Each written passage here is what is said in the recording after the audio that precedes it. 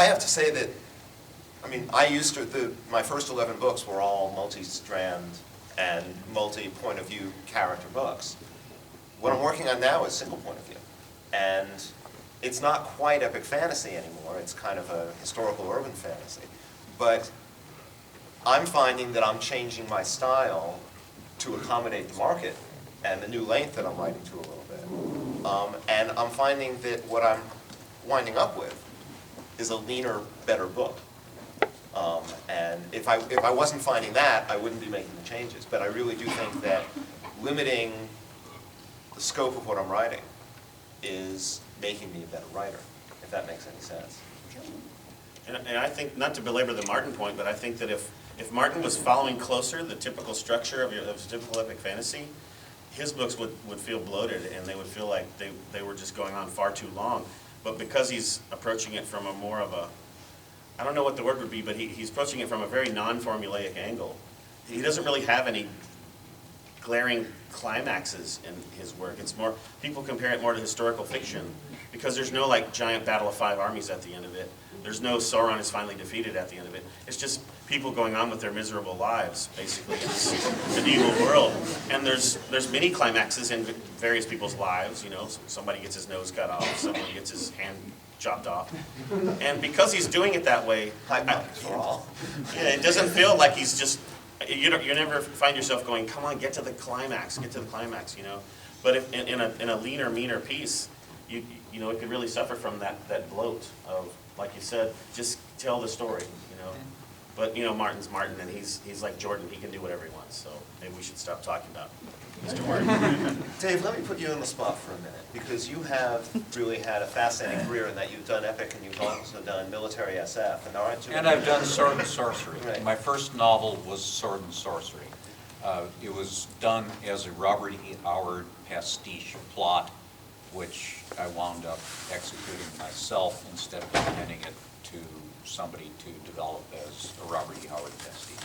So, you know, when I talk about Sword and Sorcery and epic fantasy, I've written both, and they're different. Do you see in the stuff that Bain is putting out, the military SF, changes that parallel those that we're seeing in the epic fantasy market? No. And why not, do you think? I can't really talk to the epic fantasy market. The situation in military SF, and here I will include space opera, Yeah. which I tend to break out myself the same way I do Sword and Sorcery and epic fantasy. But I know from the outside, Robert E. Howard and Tolkien don't look that different. From the outside, military SF and space opera don't look very different. I mean, Star Trek, they're a military unit, they're all wearing uniforms, they go off and there's a lot of battles. Is Star Trek military SF? No, no. But it looks indistinguishable in many ways from Hammer Slammers, which is. But what you've got at Bain, in the case of John Ringo and David Weber particularly, are people who are fluent writers, who are writing, who have a tendency to write long, write fast and write long, and are very successful. And each of Dave's books has a tendency to get longer, and if the next one isn't longer than the one before it, it's because it's been cut in two. And this is very much writer-driven. But again, do you see differences for the writers that Bain is bringing along, the new mid-lists? Are they facing a different market than David Weber did 20 years ago?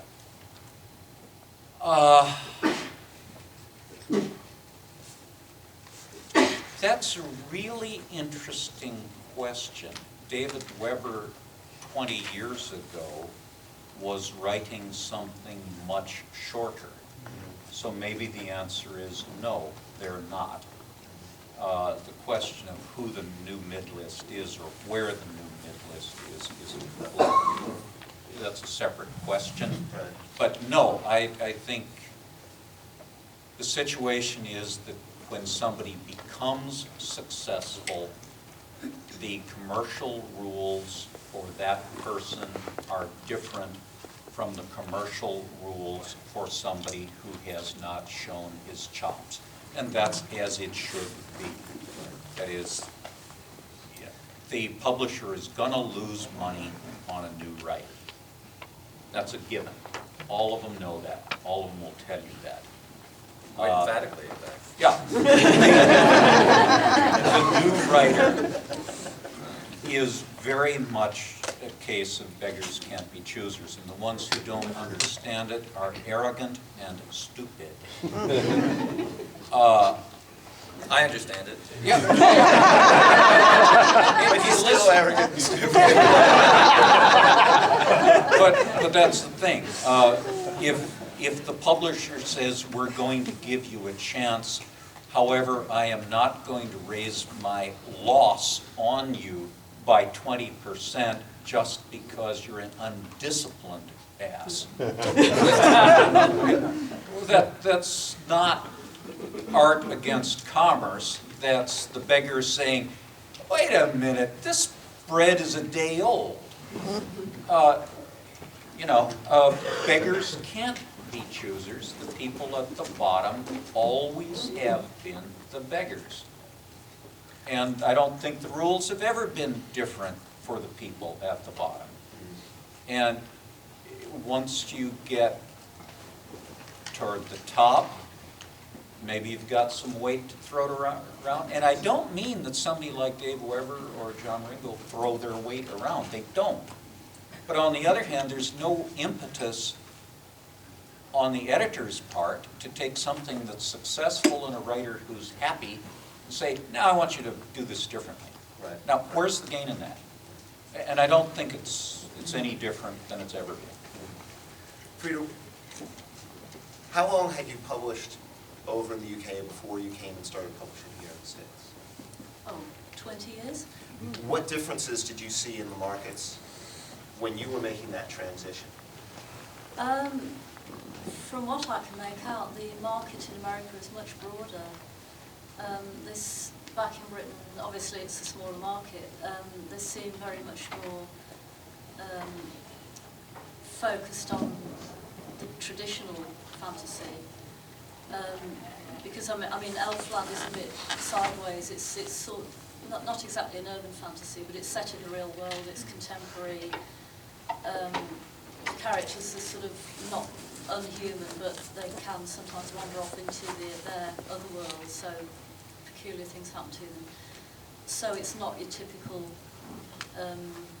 rushing towards a massive battle type of fantasy. And I haven't actually got a UK publisher for it at the moment. Well, I nearly did, but there was complications, and I won't go into that. But it just seems to me that there is a much broader, more open-minded and tolerant market in America for all sorts of different types of fantasy. It's almost like anything goes here, which I think is fantastic. So are you, in a way, saying that you're not sure that Elfland would have met with the sort of success in finding a publisher if you'd been selling it over? I'm fully confident it would.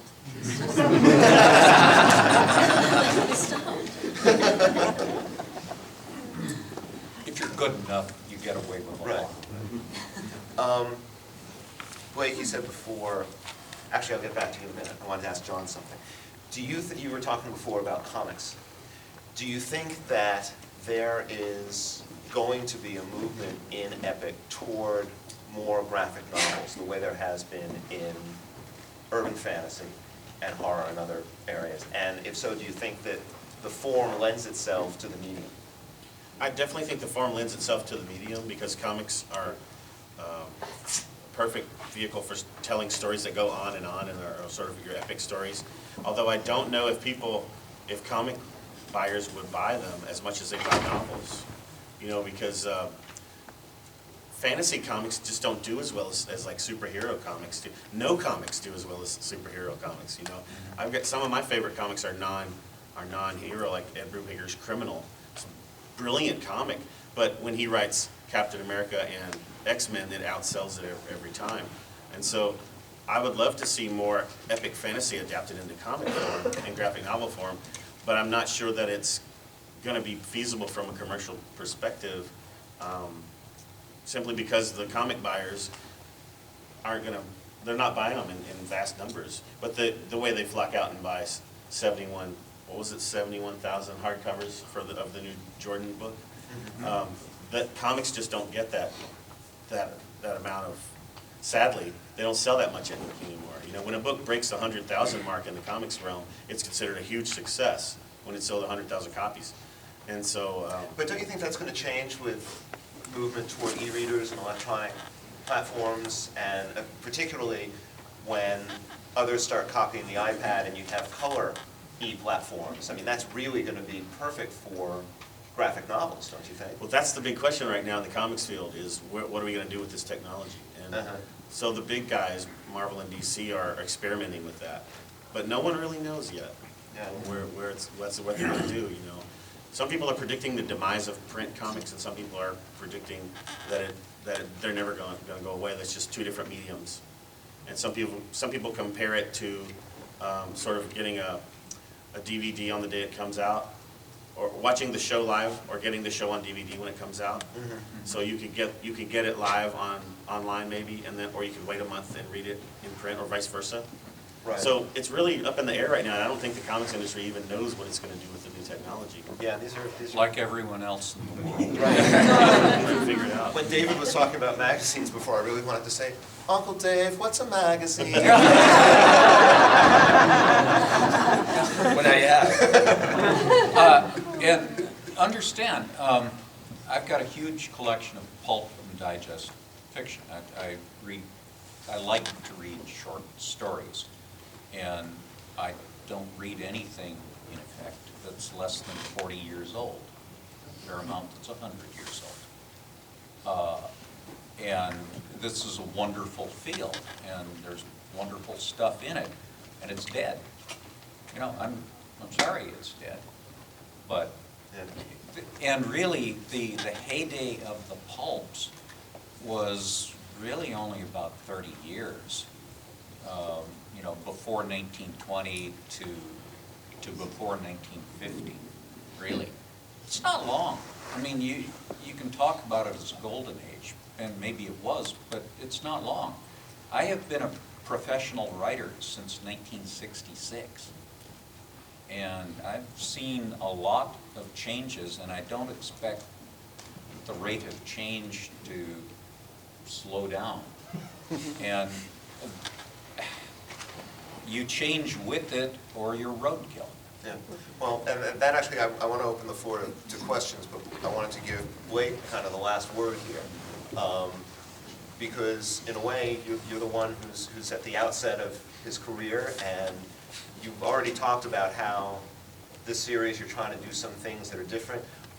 Where do you see yourself, what do you see yourself writing when the series is over, 5 years from now? What's going to be the next thing you take on, and how does it fit in? Funny you should ask that, David. And I don't know if I can really speak to this question as like as a wholly professional novelist. I have a very weird career path in that I'm a medical student presently, and I start residency in 3 years. So I will finish out my series, but then I have 3 years of residency in which I go completely. I can't write a series, more or less. I think I could, at the end of it, come out with a standalone. And then that opens up this discussion of, you know, how do you write standalone fantasies? Are they, are they as viable as a trilogy?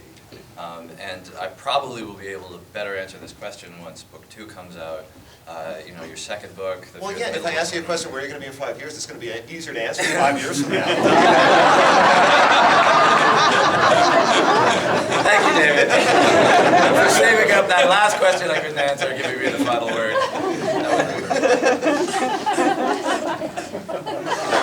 Do you folks have questions for me? Yeah.